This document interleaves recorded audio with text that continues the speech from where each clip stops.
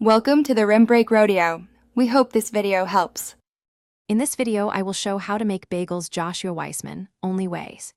Start by weighing flour and water accurately, mix until cohesive, then auto-lyse briefly before adding yeast and salt.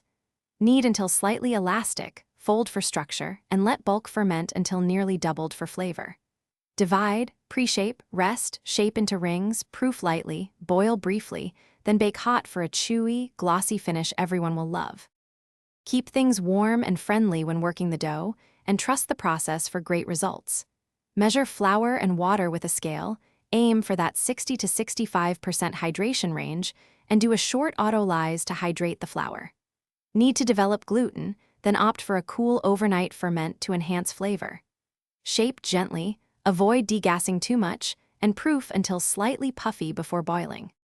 If this guide is helping you, please subscribe and like so I can keep sharing clear, practical recipes you enjoy. Quick recommendation: enjoy reading while your bagels cool with the new Kindle Paperwhite, which is great for kitchen downtime and recipes on the go. Take a peek at the description for the link and other deals. A small treat can make baking breaks nicer. Now let's get back to the video. Shaping is where you make the bagel look like a bagel, so be deliberate and relaxed at once. Roll each piece into a tight ball, then form the ring by poking a hole and stretching evenly for a consistent diameter.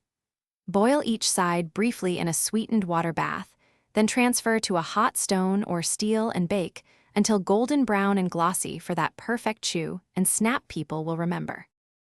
Thanks for watching. Consider subscribing if we helped you.